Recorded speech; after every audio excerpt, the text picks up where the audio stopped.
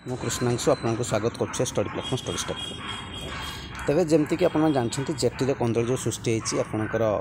State basis merit list और गोटे district जहाँ भी हो असेपा तरफ जो भूल थी आप जानते जो सब कंदल नहीं सृष्टि चलती जो सेकेंड जेटीर भी प्रोसेस बंद हो गला कारण गोटे तो सल्यूशन है गोटे कौन हो तेज यार समाधान आज पुणी शुणी स्टार्ट हो तो हो पारे आज आपणकर पूरा फाइनाल हम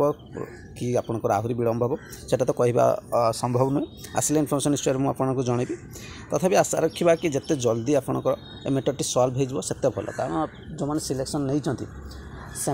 भी प्रोब्लेम जो मैंने सिलेक्शन होना प्रोब्लेम कारण या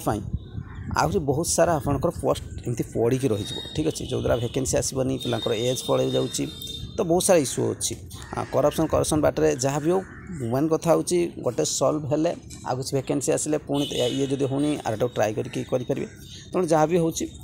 असेपा तो भूल करता से पिला भी बहुत जाई कही तथापि शुणी ना देखा जाऊ कौन होती किसी सेमती इनफर्मेशन आसूँ आपको चैनल मध्य जन दीजिए तेज चैनल सब्सक्राइब कर देते जहाँ भी इनफर्मेशन आपको जन थैंक यू।